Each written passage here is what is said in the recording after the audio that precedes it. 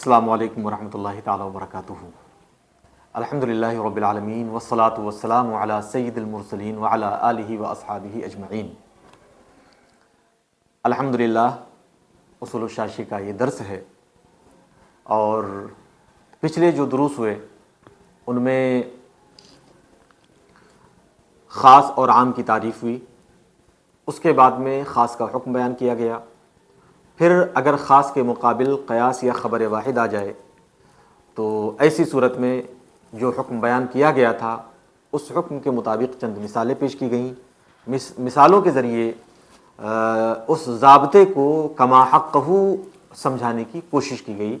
اور یہ بڑا پیارا حضرت مصنف علیہ الرحمہ کا اسلوب ہے کہ ضابطہ بیان فرماتے ہیں، پھر اس کے بعد میں مثالوں کی روشنی میں اس ضابطے کو سمجھانے کی اور اس کی تفہیم کرنے کی کوشش کرتے ہیں۔ تو الحمدللہ خاص کا بیان مکمل ہوا۔ اب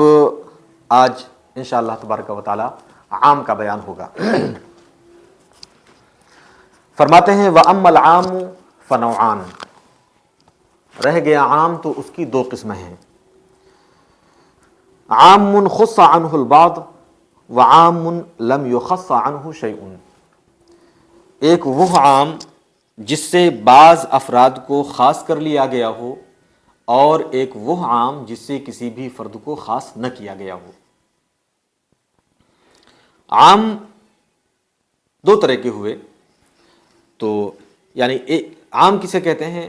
ایسا لفظ ہے جو افراد کے ایک مجموعے کو شامل ہو، یعنی جو لفظ ہوتا ہے تو اس کے تحت متعدد افراد ہوتے ہیں۔ تو اب عام کی دو قسمیں ہو جاتی ہیں کہ جو اس کے تحت متعدد افراد ہیں، ایک وہ عام ہے کہ ان افراد میں سے کسی کو باہر نہ کیا گیا ہو، لفظ ان تمام افراد کو شامل ہو، اور دوسرا عام یہ ہے کہ وہ اس کے تحت جو متعدد افراد تھے کسی دلیل کی بنیاد پر ان میں سے کچھ کو باہر نکال لیا گیا، کچھ کو خاص کر لیا گیا۔ تو اس طرح عام کی دو قسمیں ہو جاتی ہیں، ایک عام جس سے کسی بھی فرد کو خاص نہ کیا گیا ہو، اور ایک وہ عام جس سے بعض افراد کو خاص کر لیا گیا ہو۔ فرماتے ہیں فالعام الذی لم یخص عنہ شیء فہو بمنزلۃ الخاص، لہذا وہ عام جس سے کسی بھی فرد کو خاص نہ کیا گیا ہو، جو اپنے تمام افراد کو شامل ہو، وہ لزوم عمل کے حق میں خاص کی منزل میں ہے، کہ جس طرح خاص پر عمل کرنا واجب ہے، خاص پر عمل کرنا لازم ہے، اور خاص کے خلاف اگر قیاس آ جائے تو اس قیاس کو ترک کر دیا جائے گا، اسی طرح وہ عام جس سے کسی بھی فرد کو خاص نہیں کیا گیا ہے، وہ عام بھی خاص کی منزل میں ہے، اس پر بھی عمل کرنا لازم ہے یقینی طور پر۔ اس کے بھی مقابل اگر کوئی قیاس آ رہا ہے اور تطبیق کی صورت نہیں ہے تو اس قیاس کو ترک کر دیا جائے گا اور اس عام پر عمل کیا جائے گا۔ وَعَلَى هَذَا قُلْنَا، اور اسی بنیاد پر ہم نے کہا اذا قطع ید السارق بعد ما هلك المسروق عنده لا يجب عليه الضمان، اسی بنیاد پر ہم نے کہا کہ جب چور کا ہاتھ کاٹ لیا گیا بعد ما هلك المسروق عنده، اس کے پاس سے مال مسروق ضائع اور ہلاک ہو جانے کے بعد، کہ چور نے چوری کیا ہوا مال اس کے پاس تھا، اب وہ مال اس کے پاس سے ہلاک ہو گیا، ڈوب گیا، جل گیا، پھک گیا، کھو گیا، کوئی اور چورا لے گیا، کسی بھی طرح سے اس کے پاس سے اب وہ مال مسروق ہلاک ہو گیا، اب اس کے پاس وہ مال مسروق نہیں ہے۔ فرماتے ہیں کہ مال مسروق ہلاک ہو جانے کے بعد جب اس کا ہاتھ کاٹ لیا گیا لا یجب علیہ الضمان، تو اب اس پر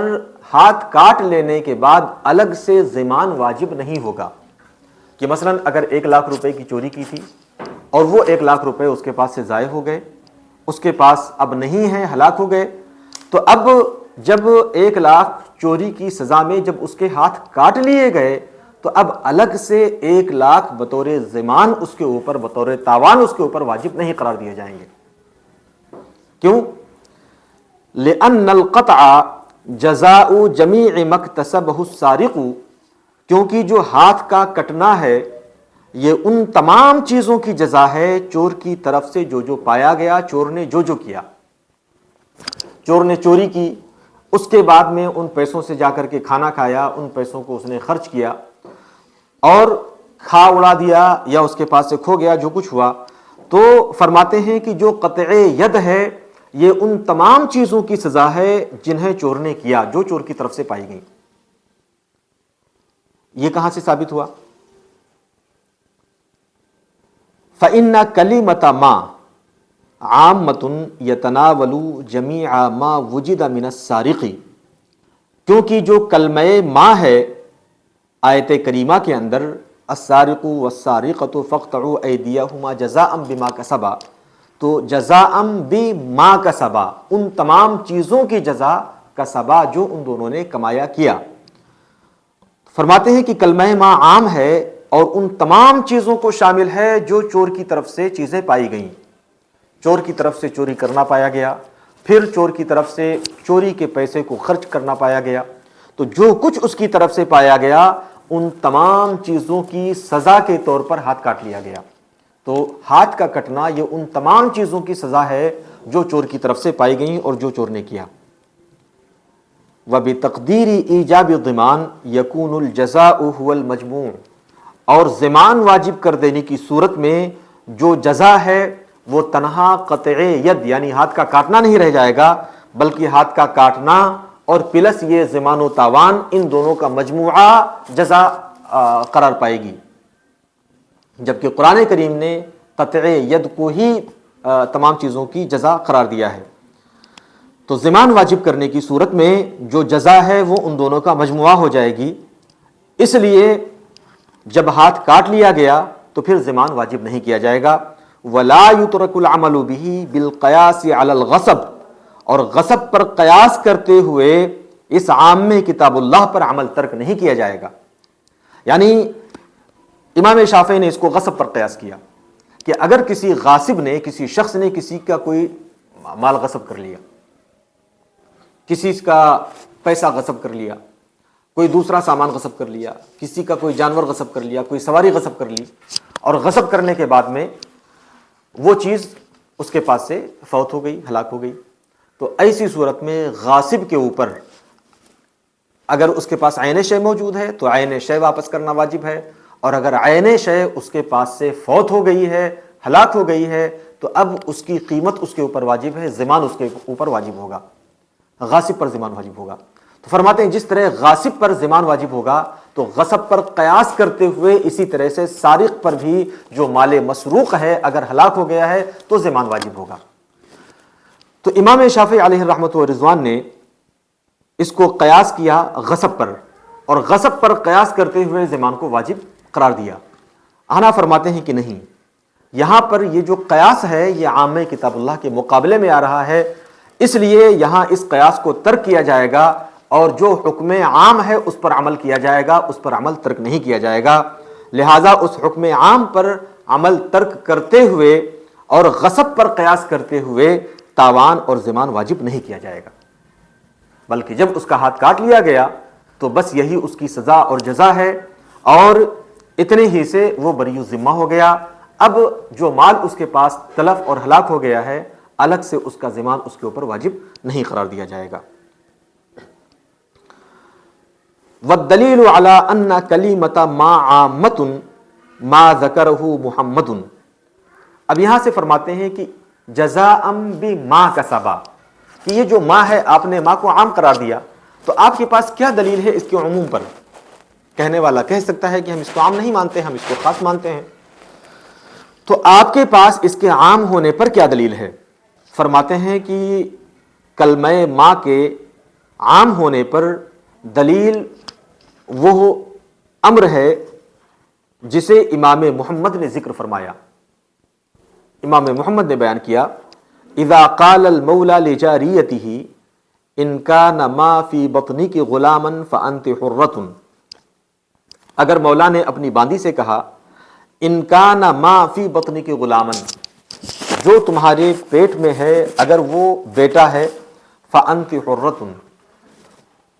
تو تم آزاد ہو، فولدت غلاما وجاریۃ، تو اس نے ایک بیٹا اور ایک بیٹی جنی لا تعتق، تو اس کو آزاد نہیں کیا جائے گا۔ یہ امام محمد فرماتے ہیں کہ اگر بیٹا اور بیٹی جنی، ایک بچہ غلام ہوا اور ایک جاریہ بچی ہوئی، تو ایسی صورت میں لا تعتق آزاد نہیں کی جائے گی۔ کیوں؟ کیونکہ جو ماں ہے یہ ماں عام تھا، ما فی بطنی کی، اے کل ما فی بطنی کی، کہ تمہارے پیٹ میں جو ہے اگر وہ بچہ ہے، تو ایسی صورت میں اگر ایک بیٹا ہوتا تو ایسی صورت میں آزاد ہو جاتی۔ اب اگر دو ہوئے ہیں تو دونوں کو بیٹا ہونا چاہیے، اگر تین ہو تو تینوں کو بیٹا ہونا چاہیے، اگر پانچ ہے تو پانچوں کو بیٹا ہونا چاہیے، اگر چار بیٹا ہوئے ایک بیٹی ہوئی تب بھی آزاد نہیں ہوگی، کیونکہ یہ ماں عام ہے، اس کے پیٹ میں جتنے ہیں ان سب کو شامل ہے، سب اگر غلام ہوں گے تو آزاد ہوگی، اور اگر ان میں سے کوئی بچہ نہیں ہے بلکہ بچی ہے تو ایسی صورت میں اس کو آزاد نہیں کیا جائے گا۔ یہ امام محمد نے ذکر فرمایا ماں کے عام ہونے کے سلسلے میں۔ تو یہ جو امام محمد نے ذکر فرمایا یہ اس بات کی دلیل ہے کہ جو کلمہ ماں ہے یہ عام ہے اور یہ متعدد افراد کو شامل ہوتا ہے، کیونکہ اگر متعدد افراد کو شامل نہ ہو رہا ہوتا تو جب ایک بیٹا اس نے جن دیا تھا تو ایک بیٹا جننے کی صورت میں اس کو آزاد ہو جانا چاہیے تھا، لیکن آزاد نہیں ہوئی،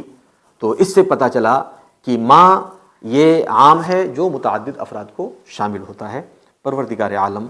ہمیں کما حق ہو سمجھنے کی توفیق عطا فرمائے اور علم نافع کی دولت سے مالا مال فرمائے۔ السلام علیکم ورحمۃ اللہ تعالیٰ وبرکاتہ۔